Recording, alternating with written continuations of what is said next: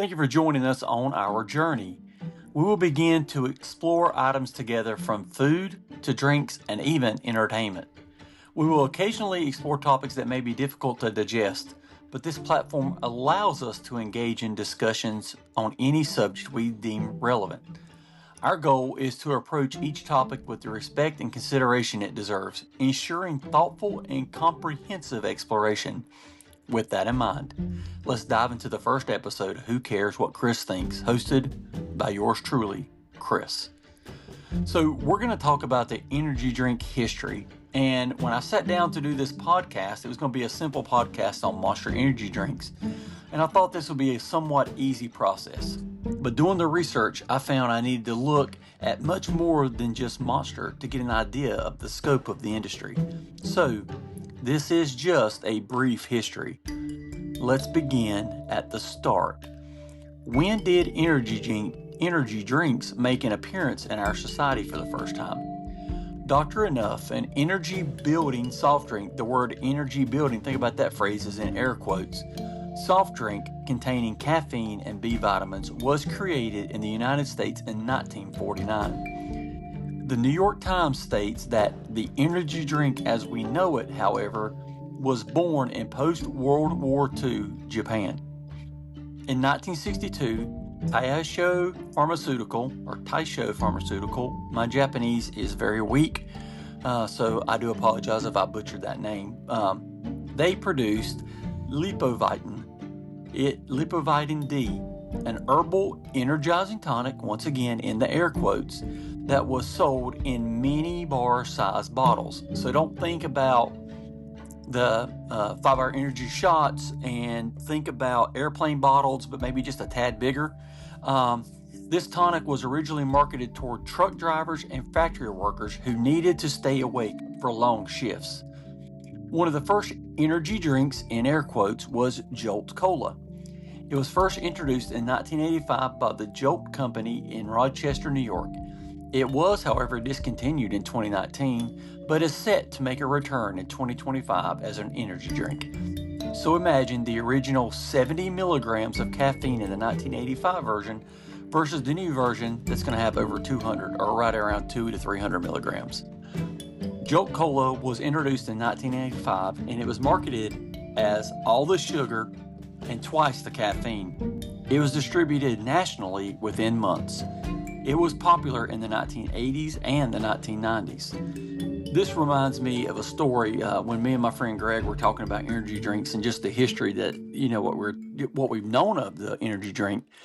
And we were talking about how he would get done with school and have band practice, or he would be getting ready for the summer band camp, and he needed like an energy boost. So what he would do is hop in his car and he'd run down to the local convenience store and he'd buy him a Jolt Cola. Drink that, and that gave him exactly the amount of boost that he needed. Like I said, Jolt Cola is set to return in 2025 as an energy drink. The new version will have more caffeine and fewer sugars than the original. What's crazy is in 1985, 70 milligrams was considered like way too much. And now we're looking at 200 to 300. It's just amazing how much the drink industry has changed and where we're heading to in the future. In Europe, Dietrich Mateschitz, and I hope I said his last name correct, is an Austrian entrepreneur, and he introduced Red Bull to us. A worldwide bestseller in the 21st century, Mateschitz developed Red Bull based on a Thai drink, Krating Dang, which is based off of Lipovitan. So, if you look back, Red Bull was built off of the Thai drink Krating Dang, and then it was built off of Lipovitan. So everything goes back to 1962. So you look at the building blocks and how the industry has changed. Red Bull has become the dominant brand in the U.S. after its introduction in 1997, with a market share of approximately 47% in 2005. We're going to go into market share here toward the end, and I'll kind of show you the differences here. But unfortunately, Dietrich Mateschitz passed away October 22nd, 2022 at the age of 78. In New Zealand and Australia, they're their own people there. The leading energy drink product in these markets is just simply called V.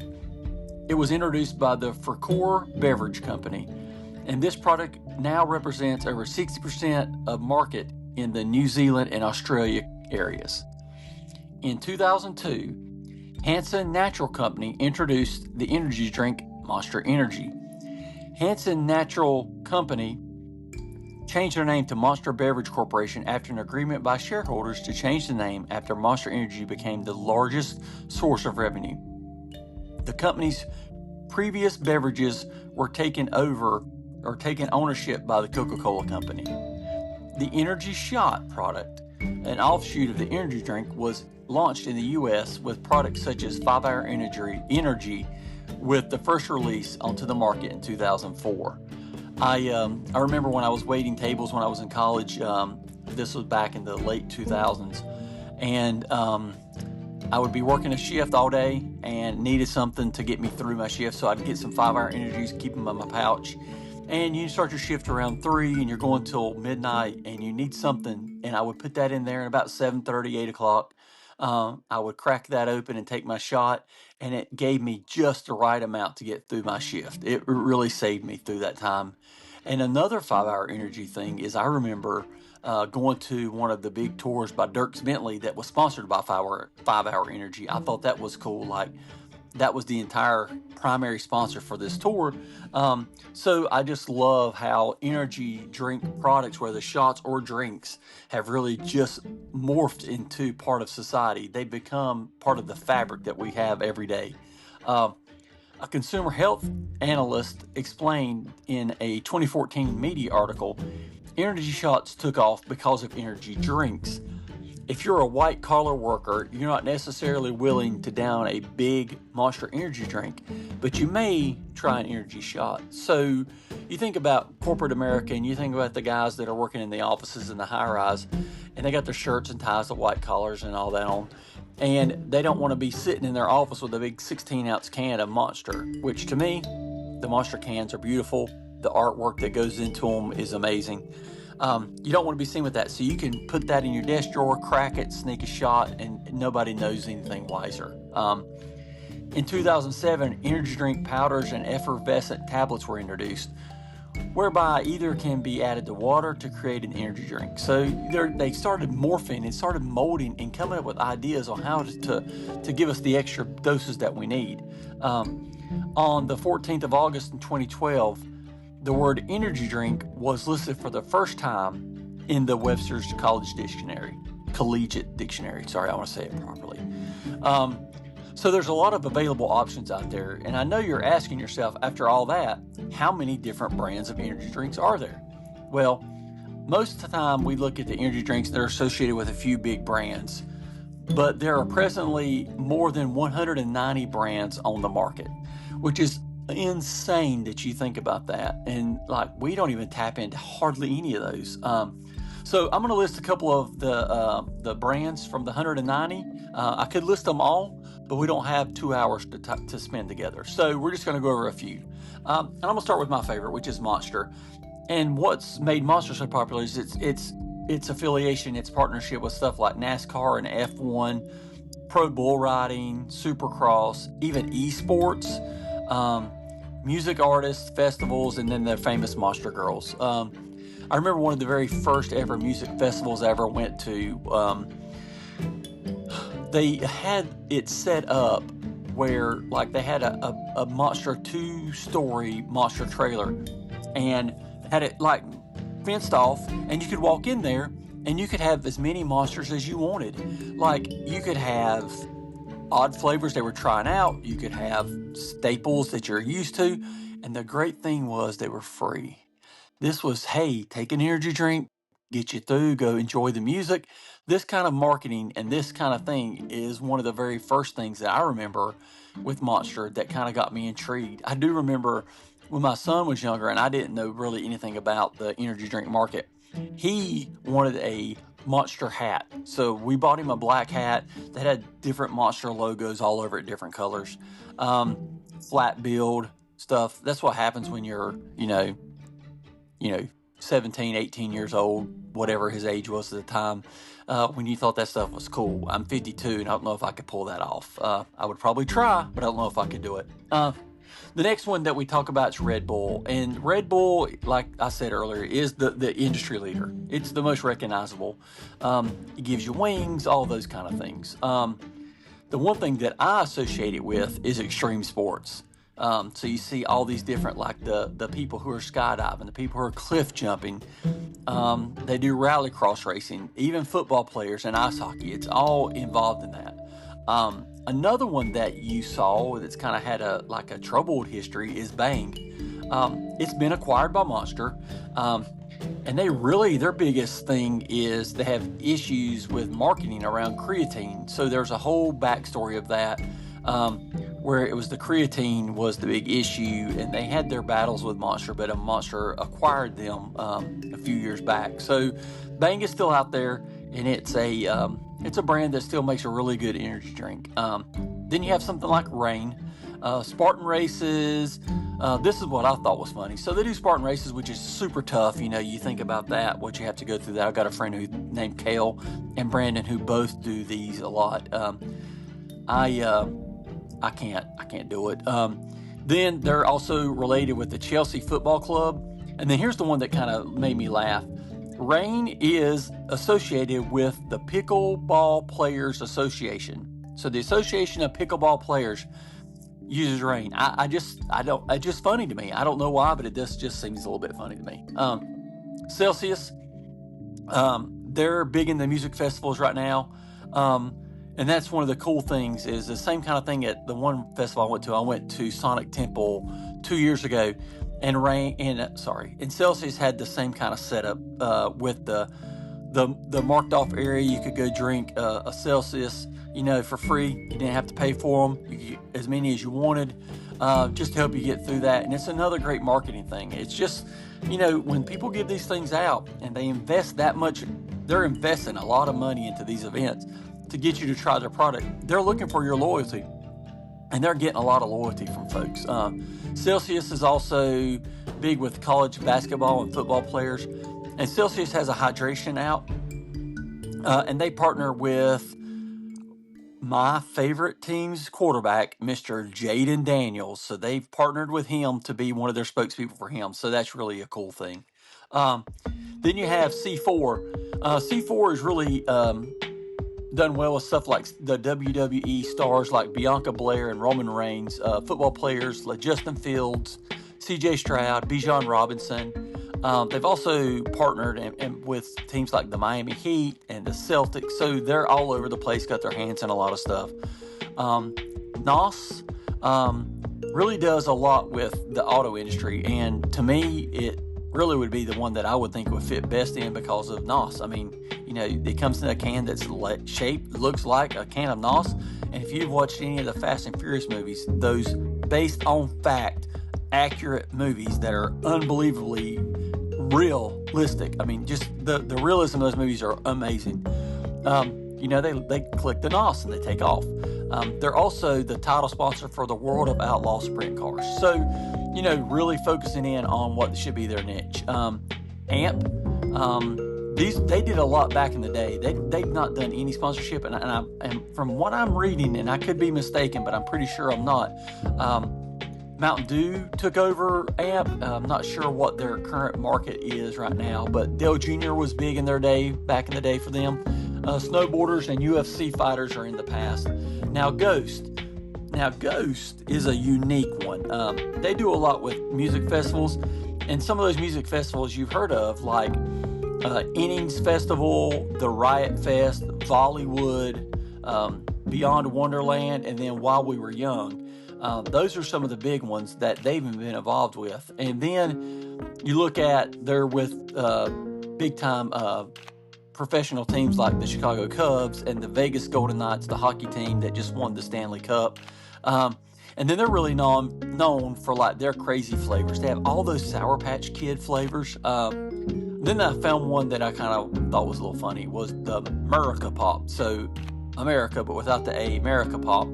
And the can has a picture of a bomb pop. If you're like me, I love bomb pops. So that's a cool flavor. Then Rockstar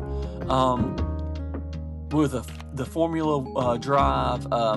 UEFA Championships League, the Los Angeles Football Club, numerous motorcycle athletes, and then ZOA. I guess I said that right. And of course, all that you need to know is they're with The Rock. That's their brand. That's what they need to do for branding. And then one that I like that's not very popular, you don't find it a lot, but when I find it, I always grab a can. It's called A-Shock. They have adrenaline line in that. They have a zero sugar line. It's really good. That back in the 2020, I think was the season, they partnered with Chase Elliott.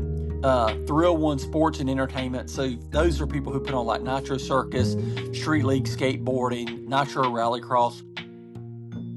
So, they really are, I think it's a great brand. I think if you can find one, you should really try it. Dollar Tree. Now, listen, energy drinks come in all shapes and sizes and all price points. Dollar Tree carries one called Rip It. I've seen it for years. I actually bought one not too long ago, probably 6 months to a year ago. I was at Dollar Tree. Was kind of intrigued. I didn't get the sugar-free version, but apparently they have a sugar-free version. But I got it. And you know what? It was $1.25. $1.25 for an energy drink. Listen, is it the best energy drink on the market? No. Is it the worst? I don't know. I've not had 190 different ones. But it is a good energy drink, especially for the value. I mean, you can get a lot of energy drinks, for $1.25. So if you see one at the Dollar Tree, grab one, try it. You may enjoy it. So as you see, there are so many options to quench your thirst. This is an expanding market, and the options are pretty much unlimited. Then we look at like growth potential. What's the potential for the energy drink market with the size and trends? So if we look at it, the global energy drink market size was estimated at, now these are US dollars, $73.81 billion in 2023, and is expected to grow at a CAGR, a compounded annual growth rate of 7.9% from 2024 to 2030. Any market, it doesn't matter what you're selling, if you can get an annual growth rate of 7.9% projected for the next 2 years, 5 years, 10 years, whatever, or if you've had it for the last few years, that is a win-win. So that's what they're predicted, a 7.9% compounded annual growth rate in the next, 6 years? In 2023, this blew me away when I found this out. In 2023, the United States sold about 1.6 billion energy drink units in the 13 weeks ending December 30th. Just the 13 weeks ending in 2023. So when we talk about 1.6 billion energy drink units, that's every size, every shape, from the small 8-ounce cans to 12-ounce to 16-ounce to the big boys that you get, those tall boys, which I don't drink those a lot, but I have before. You got those big ones. It includes the energy shots. So anything energy drink related across all brands, and that was just in the U.S. in 2023. So, it's a market that's not going anywhere. It's globally, the energy drink and sports market are expected to reach 31.9 billion liters in 2029. So they're expected to reach 31.9 billion liters. I paused for a second so you could soak that in 2029. So we're located in the U.S. So I'm going to break it down in terms that's easier to relate to. Most energy drinks are sold in 16-ounce versions. That's the most common size. And we call that a pint.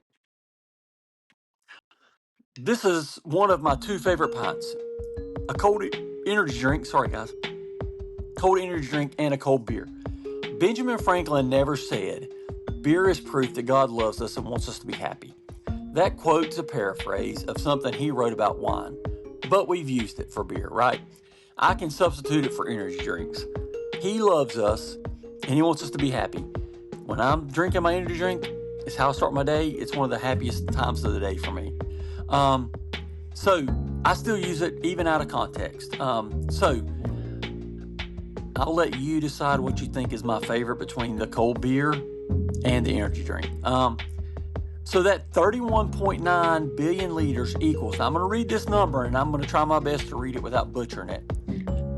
69,764,712,584.375 U.S. liquid pints. And I used Google, Siri, and ChatGPT for that math, so blame them if it's off. My point to that whole thing, whether my math's off or not, that's a ton of pints. And like I said, we're just using pints because that's the most common portion. And literally, of that, I'm only responsible for about 1 to 2% of those. So, I'm doing my part, So energy drink sales in the United States. So the energy drink market size was estimated at $23.41 billion in 2023. Energy drinks are one of the top selling packaged beverages in the U.S. And in 2022, energy drinks accounted for almost 31% of dollar sales of packaged beverages sold at the U.S. convenience stores. So 31% of all drinks, packaged drinks sold at a convenience store in the U.S. was an energy drink. Globally, though, the global combined volume of energy drinks and sports drinks, like I said, is expected to hit 31.9 billion liters in 2029. And the increasing demand for energy drinks along male consumers aged 18 to 34 has primarily driven the U.S. market. So their goal, their primary market is 18 to 34. If you ask anybody who knows me, that's about my age I act. I'm 52, but people tell me they can't tell I'm that old. So I kind of act young. I'm always around younger people. Kind of helps you stay young, but that's a different topic. So some of the most popular energy drinks. So Red Bull is one of the most popular energy drinks in the United States in 2020. Now, earlier we told you in 2005 it was 47%. So remember that. In 2020, Red Bull had 43% of the market share, making it the most popular energy drink brand in the world. I'm getting tongue-tied. It was also the third most valuable soft drink brand behind Coke and Pepsi. In 2023, though, so you're looking at just 3 years, Red Bull's market share in the United States fell below 36%. And that was a decrease from 39 in 2021. So you go from 2020, 43, 2021, 39, 2023, 36. So still the big dog on the block, but still. And some of the explanation is that Red Bull, they don't have to. They're still the leading one in the United States. They're still the top of the ladder. However, new drinks like Celsius are taking market share from Red Bull and Monster, both. These new entrants are offering clean ingredients and post-workout recovery. So there's energy drinks out there that are designed basically for post-workout. So, they're getting these niches out there. There's the niche. They're getting these things out there. And then Monster is also becoming a more competitive, competition for them. They're, more competitive competitor. According to Statista, Monster Energy held a market share of approximately 30% in the U.S. in 2023. So they're getting closer, placing it as the second leading energy drink behind Red Bull. This was a result of increased sales of Monster Energy drinks, Reign Total Body, Reign Storm, Bang, and Monster Tor Water. So you look at that. So all those brands underneath the Monster umbrella is why they've taken some of the market share. Like I said, they're second place. They're around 30%. And of course, their big dog, the leading the way, is the Monster Energy. Monster Beverages sold about 347 million Monster Energy drinks in the U.S. in 2022. So out of all their brands they cover, so not just Monster, but all the under the umbrella brands, they all sold 347 million drinks in 2022. So, as we see, this is from just the top two major brands.